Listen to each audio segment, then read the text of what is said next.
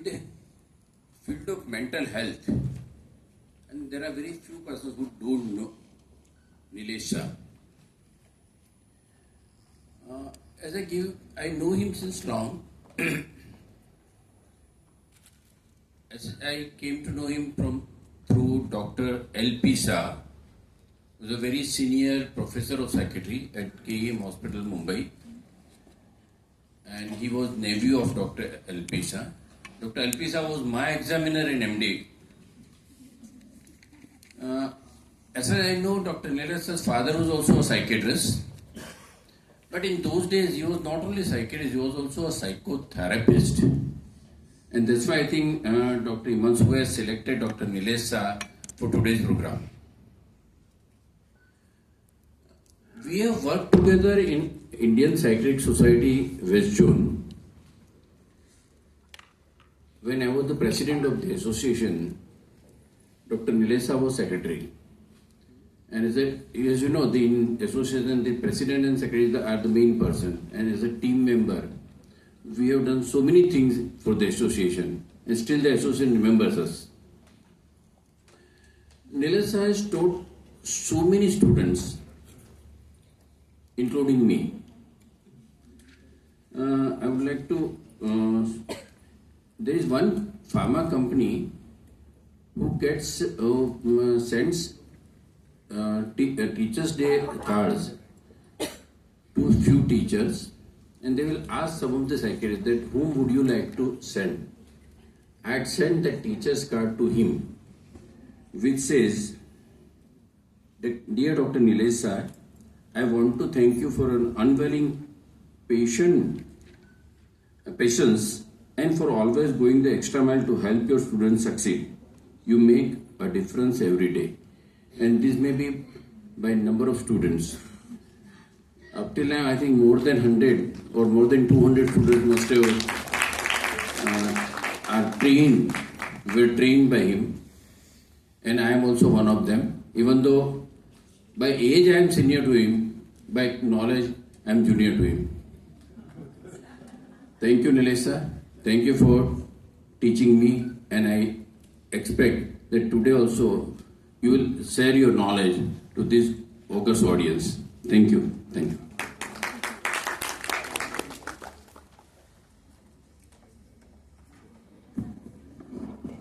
So, this is a very good biodata of Dr. Nilesh Shah. Class monitor in 3rd standard, 3rd prize in the running competition in 6th standard, acted in a drama in 9th standard, working at Psycon Hospital, Mumbai as full-timer since 1988, as did not get attachment at any other hospital as consultant, likes watching Hindi movies, traveling and roadside food, married and has twin daughters, and pre-morbid personality over anxious.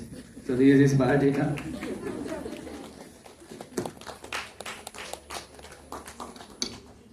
Thank you, Ravi sir. This was a very humorous and sweet introduction of Dr. Nilesh Shah.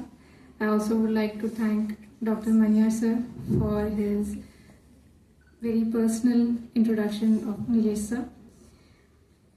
Nilesh sir session will be co-moderated by Ms. Jovita. She is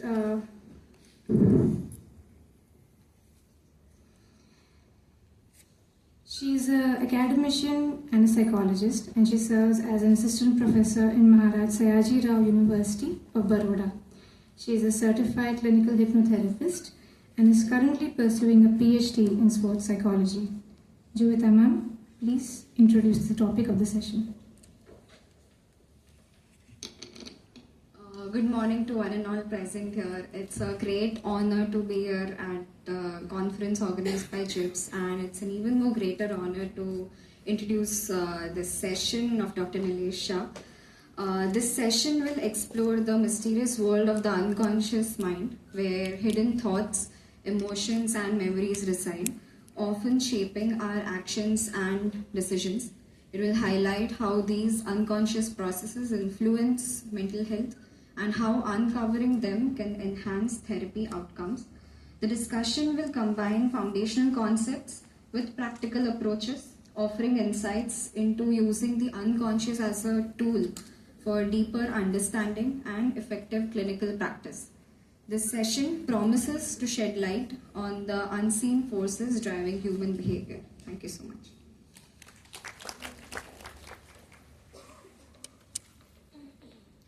Thank you, Jovita ma'am.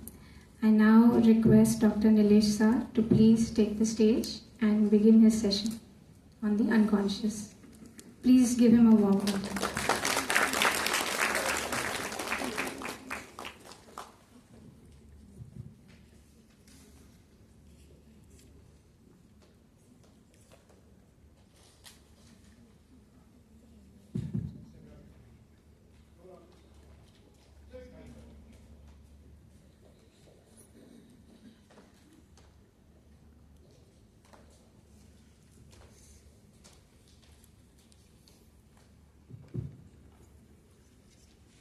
Good morning, friends, and I'm very happy to be over here, and I'm grateful to all of you, Dr. Rajesh Maniyar, for such nice, kind words, and Dr. Himanshu and all the members of organizing team and Gips for giving me this unique opportunity to interact with so many students of psychology and allowing me to present on this little unusual topic, the unconscious. And I wanted to title it another way, 10 kahaniyan or 5 kahaniyan. So what I'm going to do is present 5 instances and how we try to interpret those instances. So as we all know, there are times where we forget things, and suddenly we realize that how did I forget? Why did I forget? I should not have forgotten this. And then we are unable to explain that, such an important event, such an important thing, and how I forgot. We get certain thoughts, certain dreams.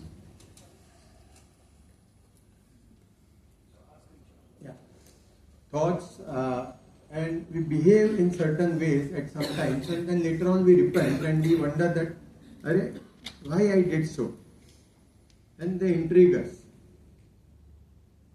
Thoughts and behavior which we fail to understand. Sometimes we say, I should have behaved like this. There is an obvious reason why we behaved in a particular manner. But sometimes we behave and then we realize, I should not have behaved, and why did I behave like that? And all these may affect our interpersonal relationship. So I'm going to present few things, and I was very happy to see it was an interactive session by Madam. So we have one full hour, little more than 1 hour, and let it be interactive session. Yeah, that's all. Am I audible even without the mic? Yes. Okay.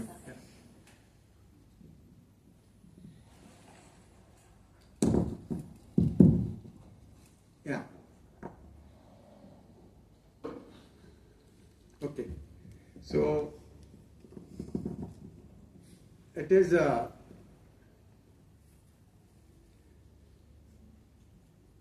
unconscious wish is the main thing to understand this behavior, and that is little Freudian concept.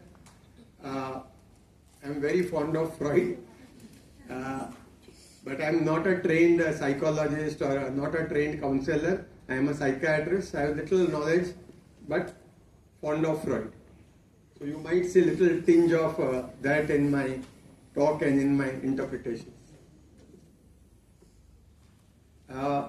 So when I'm going to explain various incidences which have happened and which patients have told me, I thought when I'm pointing fingers towards everyone, I should point 3 fingers towards myself first. And so I'm sharing my own experience. After doing MBBS, we start our residency. And I joined Cooper Hospital as a first year resident, means houseman. At that time it was a houseman. And I had just joined and must be about 1 week and very new over there. And my registrar, one senior person, was Dr. Harish Shetty. He is a very famous psychiatrist now. Everybody knows him. and he was as famous and flamboyant and like that. And I was very naive, new, had never gone out, and I was the only son of my parents. So very well protected, maybe overprotected, never gone out alone kind of thing. And I joined, and on one day call at night, means we had to residency, so we had to stay in the hospital. So one evening, night, almost 9 o'clock, after finishing all the work, when we were going for dinner, he said, "Chalo, aaj raat ko." All of you understand Hindi? Yes. My language is little Gumahish language. It's a mixture of Gujarati, Marathi, Hindi, English. So that's the language of Mumbai. Yes. So I hope everybody understands this. So he said, "Nilesh, sab log, we were 4 or 5 residents at that time. Aaj party karenge." So he had this, when we write the certificates, you get some money. And that money belongs to everyone because everybody has kind of contributed in some way in making that certificate. But the registrar gets it. So he said, "Ye mere paise nahi hai." And at that time he had got some 25, 30 rupees, and that were big amount for party. This is 30, 40, 50 years back. So I said, "Yeah, but रात को 9 बजे के बाद जाना है and वापस आते 10-11 बज जाएंगे." Nowadays we start the party at 11 o'clock. By that time I would be home by 9 o'clock. So I said, "Arey, I have never been to this kind of party. बाहर जाके खाना पीना मजा करना, and it's too late. It's already 9. It's time for me to go to bed." He said, नहीं, चलो जाते हैं. And then I said, "I'll have to ask my parents because I have never done this kind of thing without asking. I have been a very nice, obedient, good child right from beginning. Even school days, I was never punished. Even today. So law abiding. So I said, okay. I went and I said at that time we didn't have mobile or something. So I picked out a 1 rupee coin and went to that call booth, and I said I will just inform my parents, or I'll just take permission from my parents. I picked up the phone and I couldn't remember my phone number. My residence phone number, I couldn't remember. And I said, "What's my phone number? I have to dial phone number, I have to call my parents and tell them that I am going there." And I couldn't remember. And then I said, "Let me see." At that time we used to have small phone diaries. So I removed that phone diary, ABCD, and I said, "Nilesh," and obviously you don't write your own number in the phone diary. You have everybody else's phone number, but you don't have your own phone number. So I didn't have my phone number. And I felt very little odd that if I go and ask Harish, "Harish, मेरा phone number क्या है? घर का phone number." So he says, "क्या बात करता है?" So I said, "Now what to do? I can't remember." Then we went, he dragged me, we went, we had a gala time, we had food, ice cream, enjoyed party, and रात को 10, 11, 12 बजे we came and slept. Next day morning when I woke up, the first thing I remembered was my phone number. I said, "Oh shit, this is my residence phone number, and how could I forget this?" And I said, "Now I must write it down in my own diary that this is my phone number." Okay, so now what is the interpretation? Means this gives a little insight into relationship with me and my parents. Insight into the whole thing is about insight into the relationship. So any interpretations that why I forgot my number? Yeah. Sir, you probably unconsciously wanted to go to that party. Yes. You didn't want to admit it. So Yeah, so I should have gone. No, consciously I wanted to go to the party, not unconsciously. Yeah.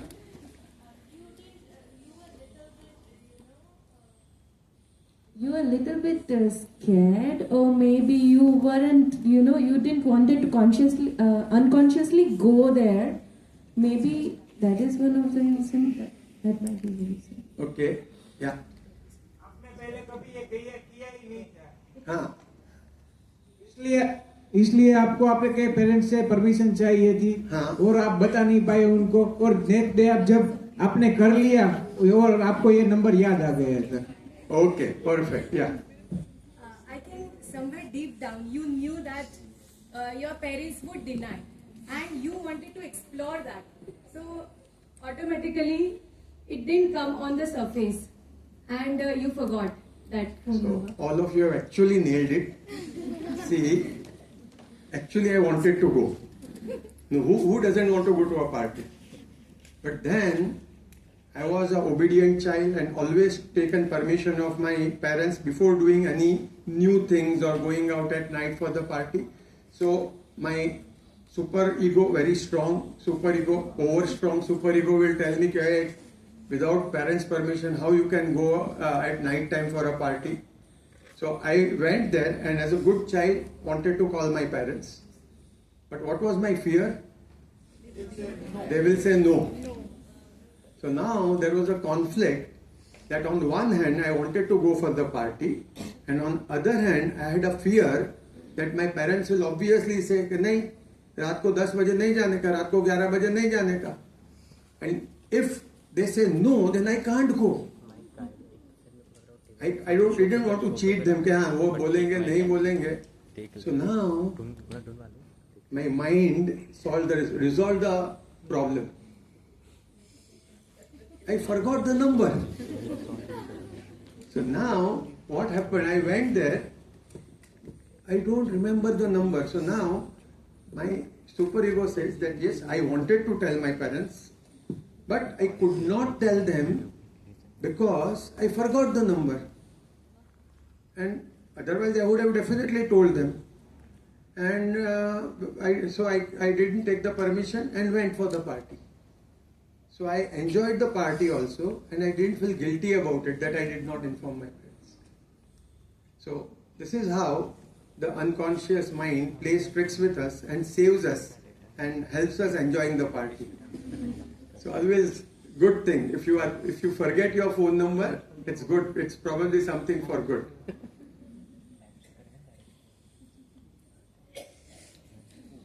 Okay. Yeah. Yeah. I'm skipping. I'm presenting 5 stories. If the time permits, I will present all 10. Yeah. This was another student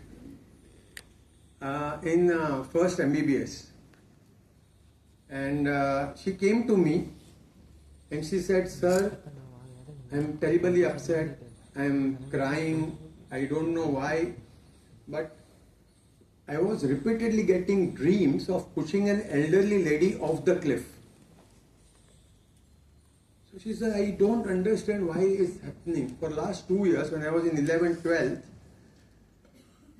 repeatedly, not once, not twice, but every week, every month, I'll get repeated these dreams where I see something and I see a lady sitting on a wheelchair at the cliff, and then I go near and instead of helping her, I just push her down the cliff. And obviously when you throw somebody down the cliff, she's going to die. Means I'm killing somebody and I don't know why I'm getting these dreams." Okay. So now again interpersonal relationship insight. So any idea what is actually happening or what was happening? Obviously I talked to her, sat with her, we had few sessions and then I came to this final conclusion that why she was getting these dreams. Yes. So first thing, she had a relative, She has some suppressed emotions which she is not able to express. So in dream she is thinking that she's pushing. Somewhere she wants to express but she is not able to. That is maybe suppressed anger or resentment for someone. Yes, yes. Was she a caregiver herself? Yes. So she probably had some built-up resentment because it is a very difficult job ultimately to be a caregiver. Absolutely, yeah.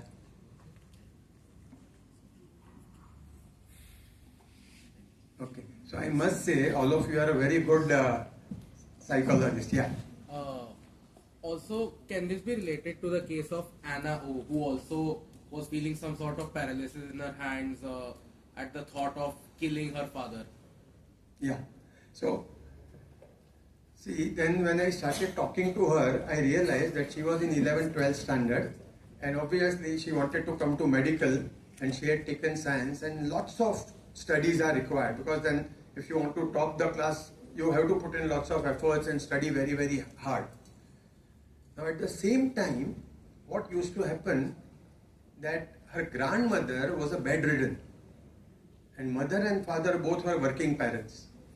And because they were working parents, all the burden or responsibility rather came on her shoulders.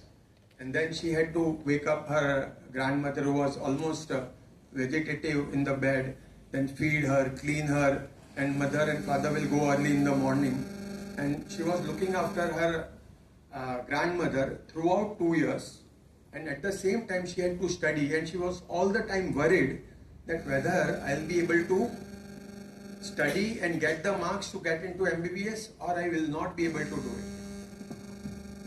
So now, why she was getting this dream? Who was the lady in the chair? Grandmother. Exactly.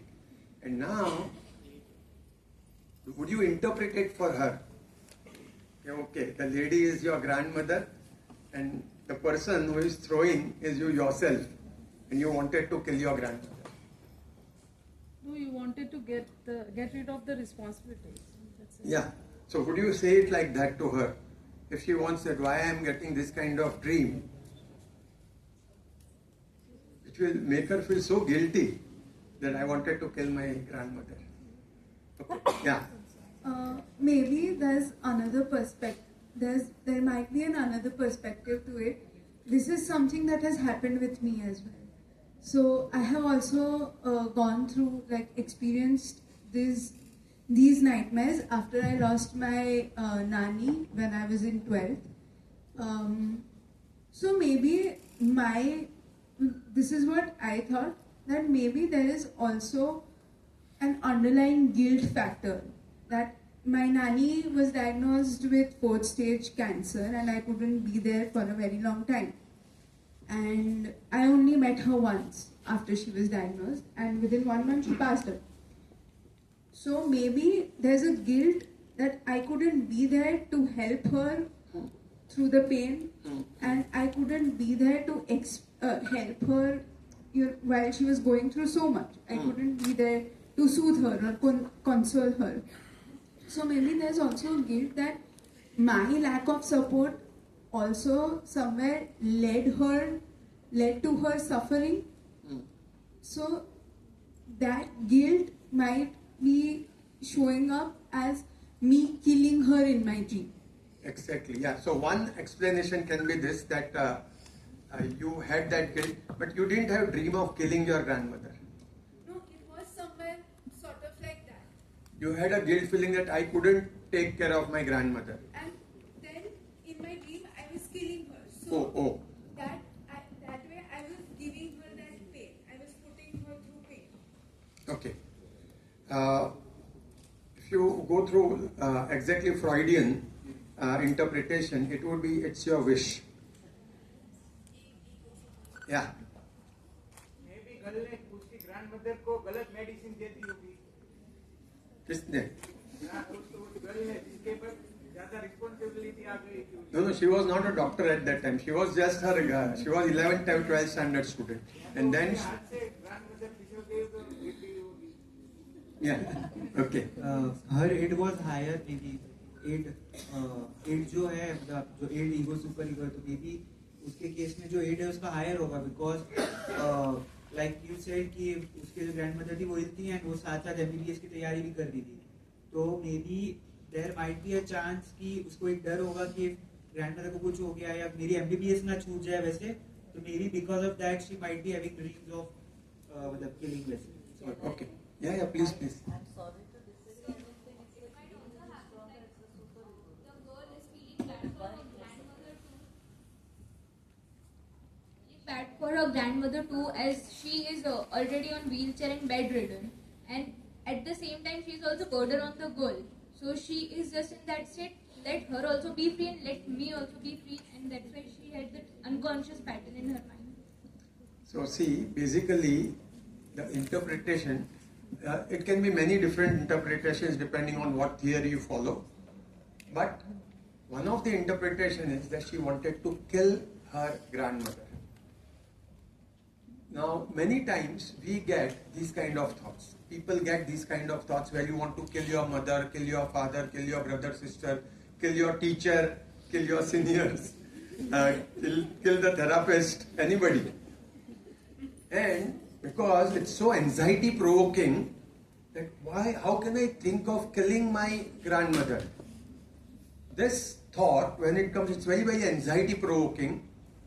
And as you rightly said, if you have a strong superego, you say, oh, how can I even think about it? Not do about it, but how can I even think about killing my grandmother? You repress that thought, you repress that feeling, and then when you develop depression, those kind of repressed feelings manifest in the form of dreams. And then she started getting these recurrent dreams where she will see a shadow, somebody's on the cliff and somebody is going and throwing her down the cliff. So she wanted to know, and we said, yes, see, many times for our parents, grandparents, we think that they are suffering, they are vegetative, and they are actually suffering. And it's better that Bhagwan unko utha le to acha hai. And at that time, so there was a conflict. On one hand, you wanted to help, but at the same time, even your work was suffering, your education was suffering. And as a result, obviously, once in a while, for two reasons. One, she is suffering, so better she dies. And second, if she dies, I'll be able to focus on my studies. And we have to be very, very careful while interpreting this to her, while telling her this to her. First, prepare a ground, prepare a defense, say that even I get these kind of ideas, this kind of thoughts. Nothing, it's our mind which is playing. You are all good, but this is the reason. And once you interpret, many times they stop getting these dreams. Once they understand. So you don't have to make her feel guilty, saying, oh, how can you think like this? You have to say, no, all of us get this kind of ideas. Nothing wrong with you. This is a situation, and many times most of us would think if somebody is bedridden, somebody is 80 years old now, not happy, suffering all the time, bed sores here and there, oxygen this. It's better the Jivili Dusha, let them go peacefully.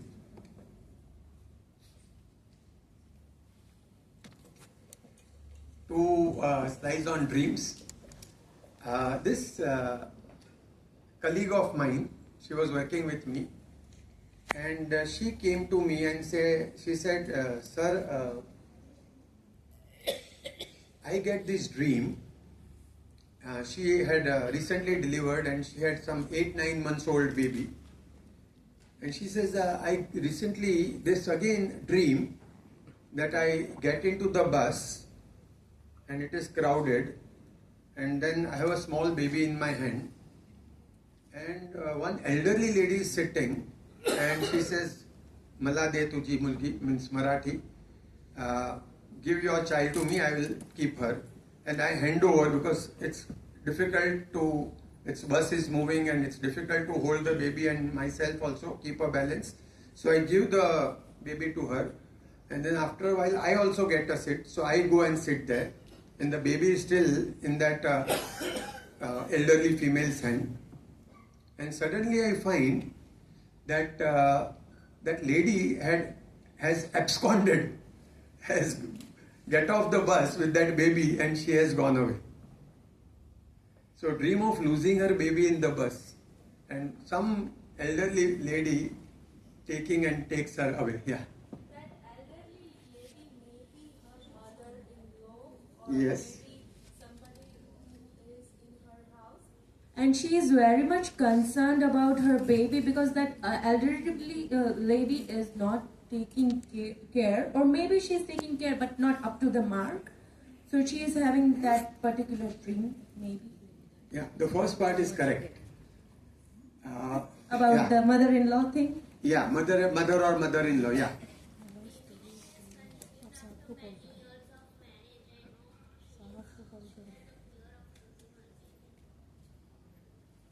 Okay, see, our premises you are missing. See, what is our premise of interpretation of the dream is wish fulfillment. It is her wish that somebody takes away her baby. Now, in the previous also, she had a wish that she kills her grandmother. So, I fully agree that there can be other interpretations as well, like anxiety dreams, what we call. But if you are going by Freudian, it's a wish fulfillment. So now, let's see how it becomes a wish fulfillment. Yeah. She might be overwhelmed by her responsibilities or the daily chores of her baby and everything, household responsibilities. So she must be tired and she might have unconsciously wished that thing. Yeah. So, yeah, sir. Can it be fear of losing the child? Yes, yes. Fear. Yeah. So, if you interpret it in a different way, the common will she has a fear that somebody is taking away her child. But Freudian interpretation is a wish fulfillment. Underlying, every time you have to think that it is a wish fulfillment that she wants that somebody takes away her child. Yeah.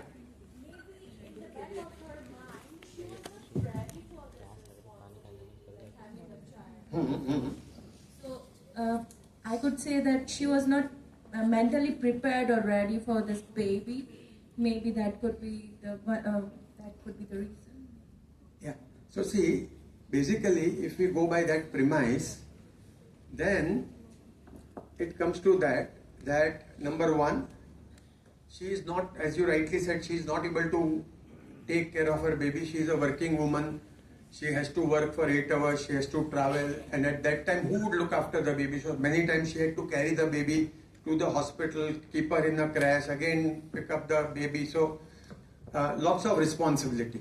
And in this kind of situation, whether we like it or not, we get this idea that this is my responsibility or a burden. ये baby कहाँ से आ गया?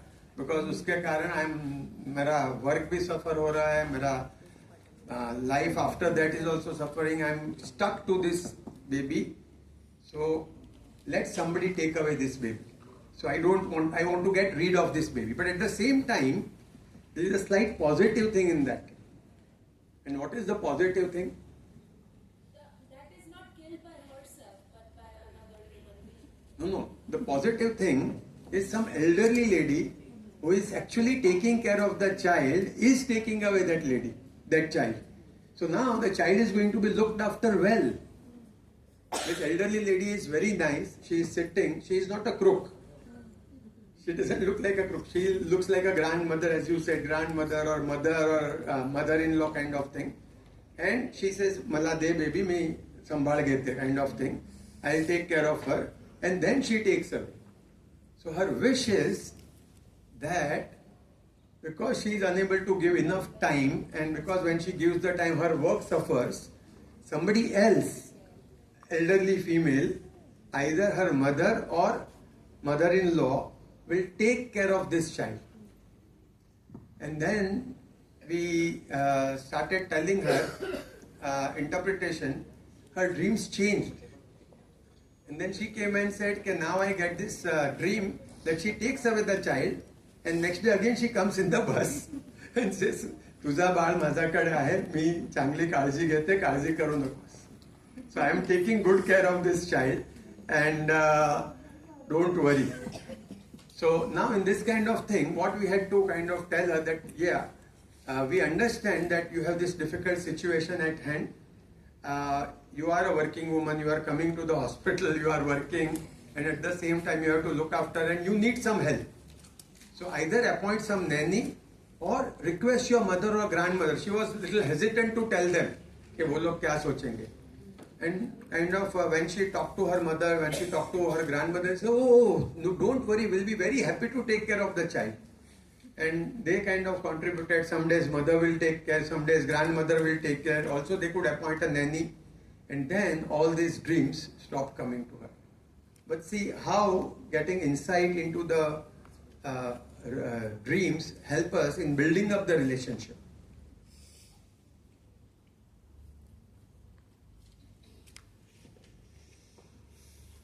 This lady came to me.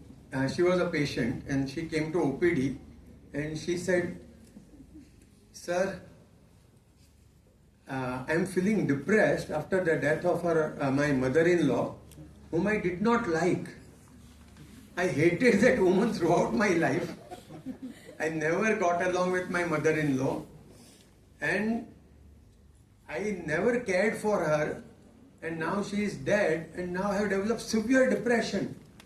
I keep on crying, I keep on feeling, and I don't have all the symptoms of depression, sadness of mood, crying spells, loss of interest in day-to-day activities. I don't feel like doing anything." Yeah. I think it's a guilt that when she was present, she couldn't give enough attention, or because of her behavior made this lady do such things. But now, as she is not present, now she is feeling that she could have done better when she was present. She could have behaved in such a way that she would made her happy or something. But now she is having all guilt. Okay. As you rightly said, there can be many different interpretations. So what we do, we sit with the patient and we kind of talk more, one session, two sessions, how it is coming, from where it is coming, etc. And then try to find out. Yeah. Used to? Hating her. She says consciously, she is very conscious about it. That I used to hate her, I never got along with her. No, like she was so used to her, like it was a task for her.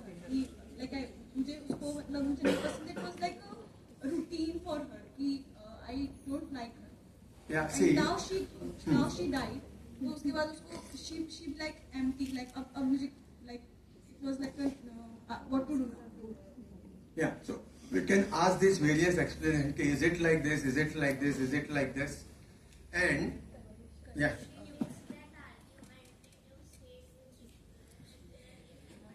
I am missing fighting with my mother-in-law. That's why I am depressed.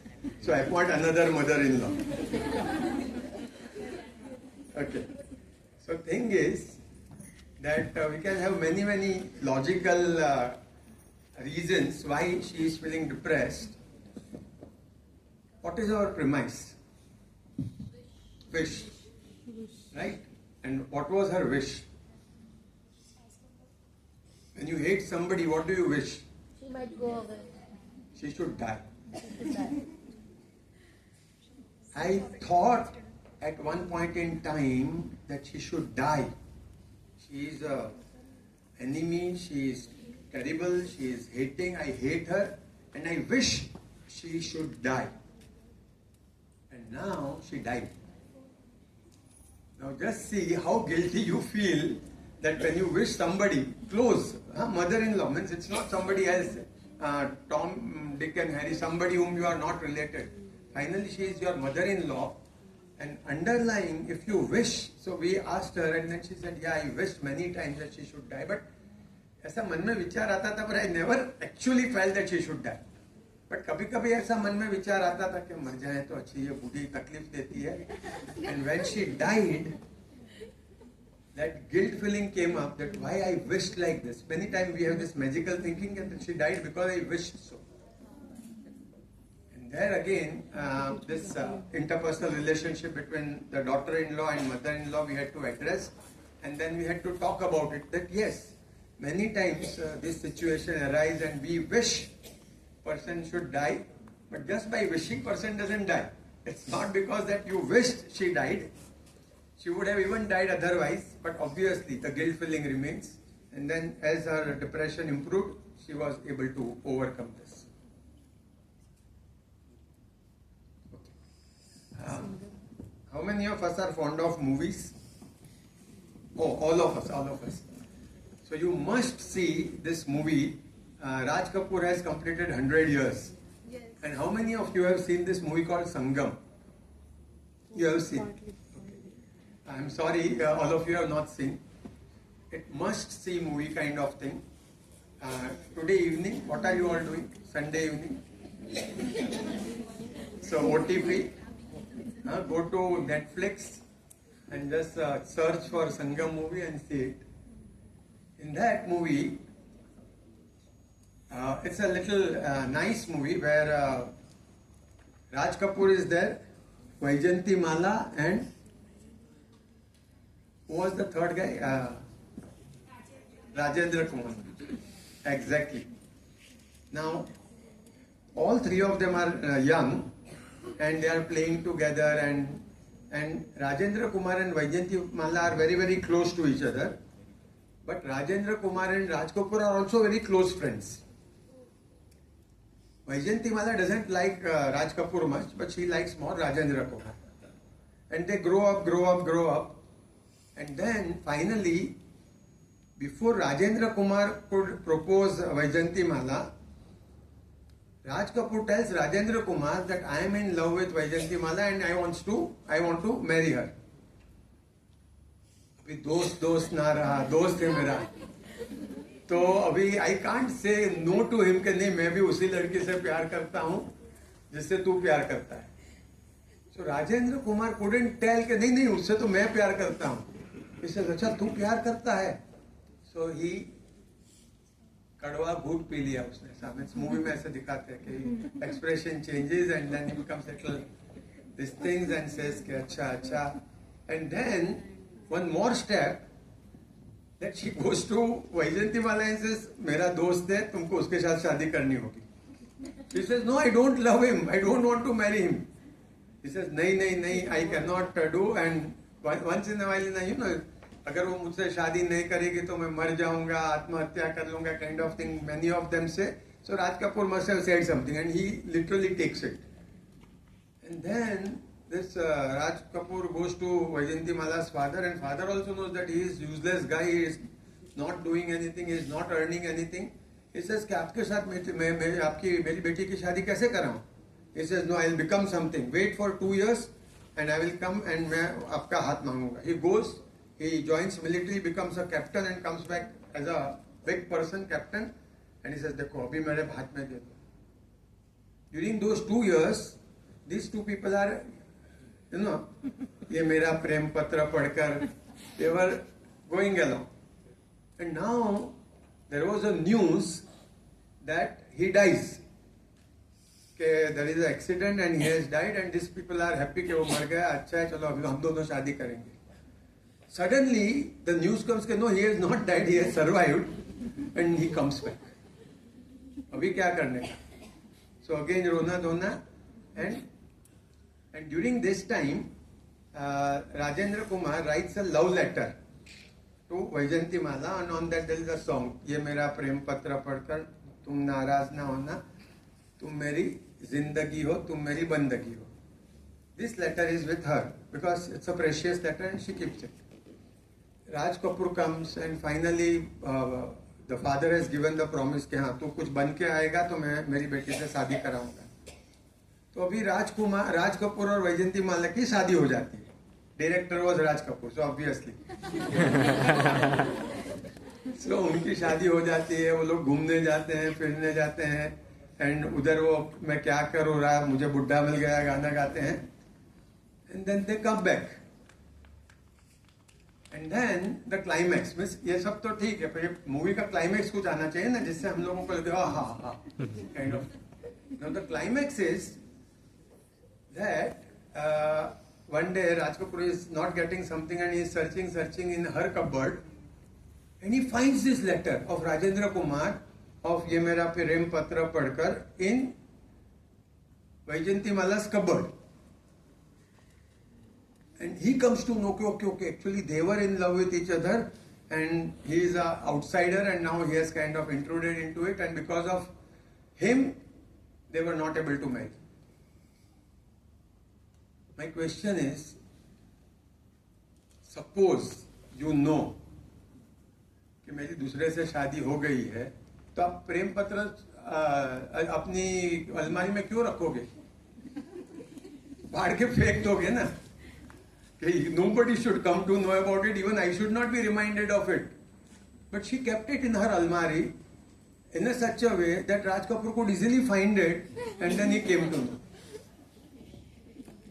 So why did she retain the Prem Patra for so long? Even after her marriage to Raj Kapoor, the Prem Patra written by Rajendra Kumar to her. Yeah. Unfulfilled wish. And she had that wish. What wish? To marry Rajendra. Yes, she had a wish to marry Rajendra Kumar, and unfortunately she got married to Raj Kapoor. But then Unconsciously, she kept that letter so that they can marry. Yeah. She wanted him to find that letter. She wanted some way so that she could actually get together with Rajendra Kumar again. But to satisfy her super ego कि नहीं मुझे ये नहीं करना. So she hid it away in her cupboard. Yes. So now you have learned the principle of wish fulfillment.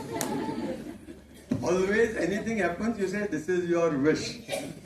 So I tell you, there can be many different interpretations, and you don't jump onto one. You talk to the patient. But this is one of the bases of Freudian interpretation. It's a wish, and she had a wish to marry Rajendra Kumar, and unconsciously, what she did, she retained that letter and kept it at a place in Almari where Raj Kapoor could easily find it.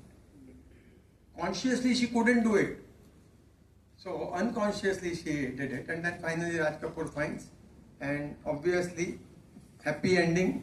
What would be happy ending? Rajendra Kumar and Vaijayantimala come together, and Raj Kapoor kills himself after singing that song, Dost Nara, Pyar Pyar Nara. And then again after his death, they come together in the garden, go behind the tree, and again sing that song, Ye Mera Prem Patra Patta. But you must see this movie. Very nice movie. All the songs are hit. What is the real end? Real. This is a real end. No, real end. Rajendra Kumar commits suicide. No. Real end is not Rajendra Kumar. Sir, you are defying Freud. Rajendra Kumar doesn't die. Rajendra Kumar survives. Raj Kapoor kills himself after singing that song, Dost Nara. Raj Kapoor. Sir, I remember it is other way. No. See, Raj Kapoor sings that song, Tere man ki Ganga aur mere man ki Jamna ka bol raha tha bol. That is in the beginning. And in the end, both of them wanted to kill each other. Self. But finally Raj Kapoor succeeds and he kills himself. Yeah, we'll see. Let's see everybody, see today. Okay, the last case. Why did I lose my temper on the hotel staff? Again, about me.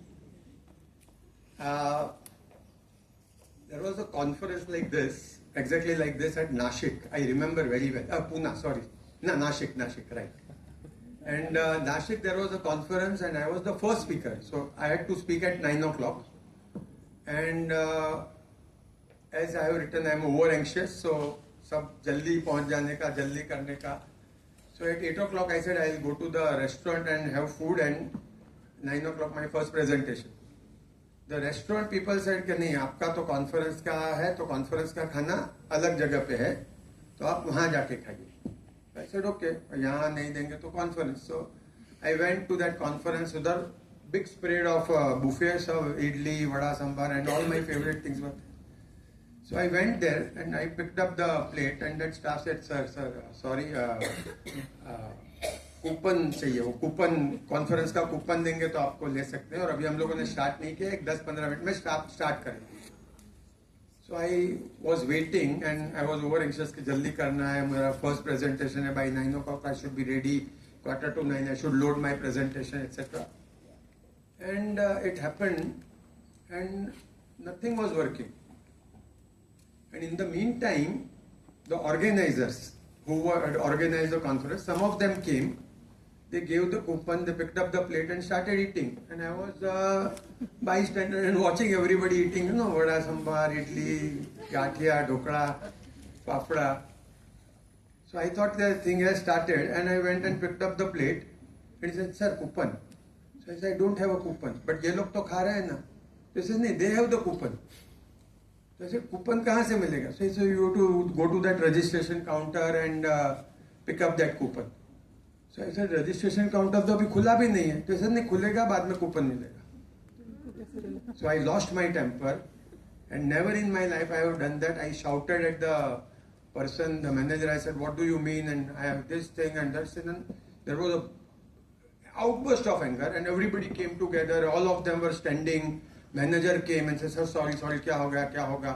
And then the main organizer, who had organized the psychiatry conference, he came and he said, "Kya ho gaya, sir? Kya ho gaya?" I said, "They are not allowing me the food." So he said, "नहीं, ये तो हमारे special guest है, आप दो coupon का मैं बाद में देख लूँगा."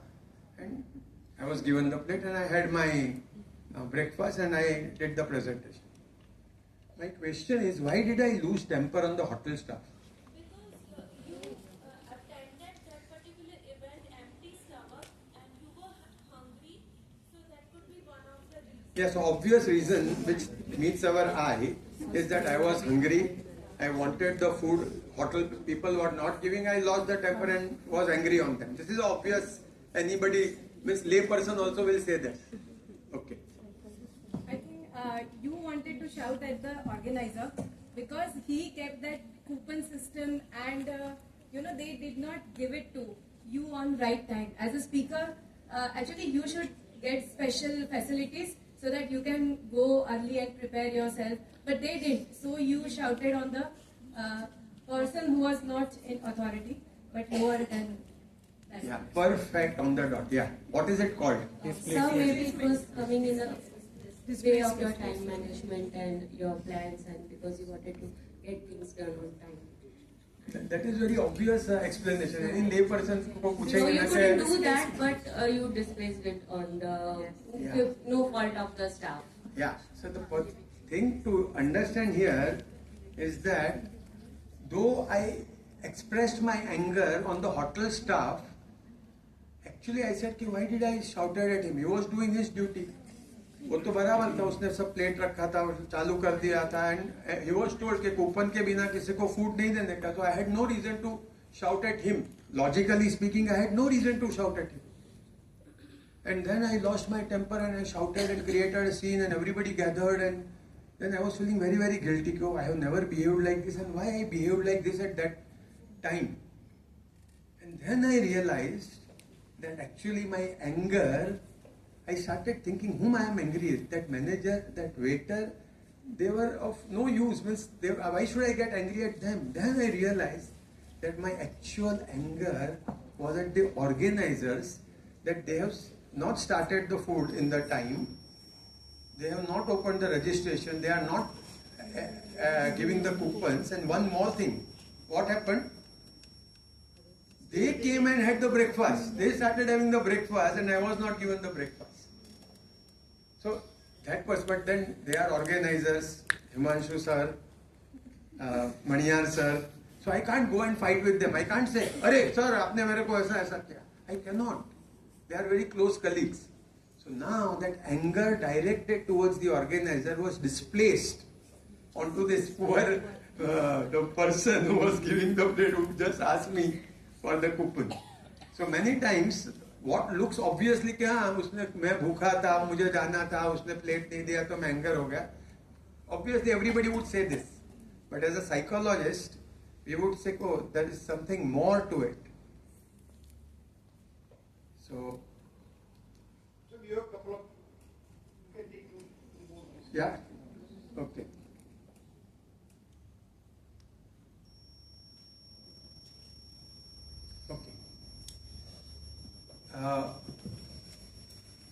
Again we are reiterating more or less same thing, but here I will show you two different interpretations.